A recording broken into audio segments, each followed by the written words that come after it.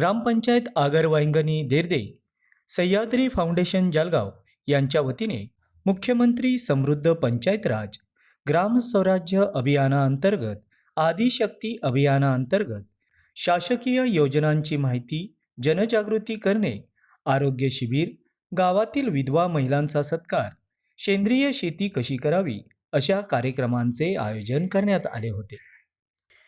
यावेळी सरपंच संतोष आंबेकर, तंटामुक्ती अध्यक्ष शांताराम टेमकर, डॉक्टर अजय वैद्य, पोलीस पाटील विजय महाडिक, दयानंद अदावडे, शिवराम अदावडे, सूर्यकांत वेंडल, महेश बेंडल, प्रकाश अदावडे, श्वेता टेमकर, सूरज आंबेकर, आदिशक्ती अभियानाच्या अध्यक्ष प्रणाली गुरव, पशुसंवर्धन विभागाच्या पशुपर्यवेक्षक राजश्री घोसाळकर, दत्ताराम अदावडे, मुख्याध्यापक सत्यवान दळवी, वर्षा खांडके, महिला बालविकास, पंचायत समिती दापोली, समृद्धी मोहिते, ग्रामपंचायत अधिकारी अपेक्षा पानकर, जिल्हा संसाधन व्यक्ती व कृषी Dapoli, Savke madam, assistant agriculture officer, त्याचप्रमाणे धोत्रे सर आणि अजय पालकर, सह्याद्री फाउंडेशनचे अध्यक्ष आदी मान्यवर उपस्थित होते।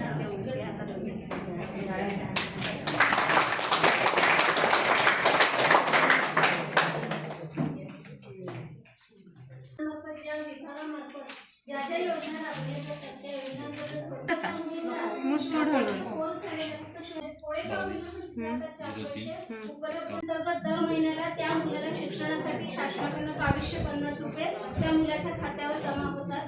तर ह्या ज्या योजना आहेत त्या महिला बालकल्याण आणि महिला बालविकास असे जे 2 विभाग आहेत। यामध्ये तुम्हाला शासनाकडून एक म्हैस किंवा एक गाय दिली आहे, त्यामध्ये अनुदान असतं 50% अनुदान। पण आधी असं कसं तुम्ही करायचं आहे, डीबीटी पद्धत आता पूर्वी कसं शासन पहिले तुम्हाला द्यायचं, नंतर तुमच्याकडे घ्यायचं। आता शासन पहिले तुमच्याकडे घ्यायचं आणि नंतर तुम्हाला द्यायचं। ते आपल्या नाविन्यपूर्णमधून आपल्याला घेता येतं। म्हणजे याच्यामध्ये असं आहे की जे विशेष घटक योजना प्रवर्ग आहे, म्हणजे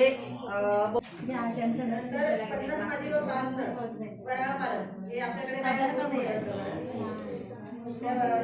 आम्ही फॉर्म भरून घेणार, फॉर्म पाठवणार, तुमचं मंजूर येणार, पण त्यानंतर तुम्ही शेतकरी पाठपुरावा करतच नाही, त्यामुळे योजना आपल्या पेंडिंग जातात।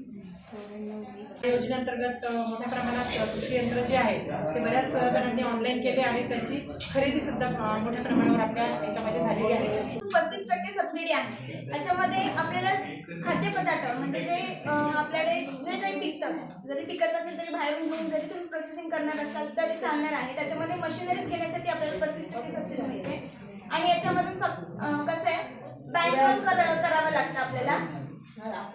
त्याच्यामध्ये स्वतःचं स्वयंचा मिनिमम 10% ठेवायला लागतो बँकेत। असं नाही आहे की आपल्याला ही मशीन घ्यायची आणि मॅडम आता आमच्याकडे ही मशीन घ्यायची पण फंड उभा नाही आहे, तर आपण ते बँके थ्रू करतो आणि त्याच्यामध्ये सरकार आपल्याला मदत करते। आणि सगळ्या बँकवाले आपल्याला दापोली तालुक्यातले सगळे बँकवाले आमच्या ओळखीचे आहेत, त्यामुळे बँकेत गेलं की मॅडम असं सांगतायत तसं सांगतायत, काही प्रॉब्लेम नाही आहे। एकदा त्यांच्याशी मी बोलून घेतलं की आपलं प्रपोजल लगेच फटाफट करून देतात ते। जमिनीवरती आहे की नाही, मग जमिनीवरती खत काय काम करतं मला सांगा। 1% तरी जमिनीवरती खत काम करतं का? नाही करत। मला सांगा, ते झाड उभं आहे जमिनीवरती, मग जमिनीतून तिला चांगलं खाद्य गेलं पाहिजे ना। जर जमिनीतून चांगलं खाद्य गेलं तर ती चांगल्या पैसे उत्पन्न देईल तुम्हाला।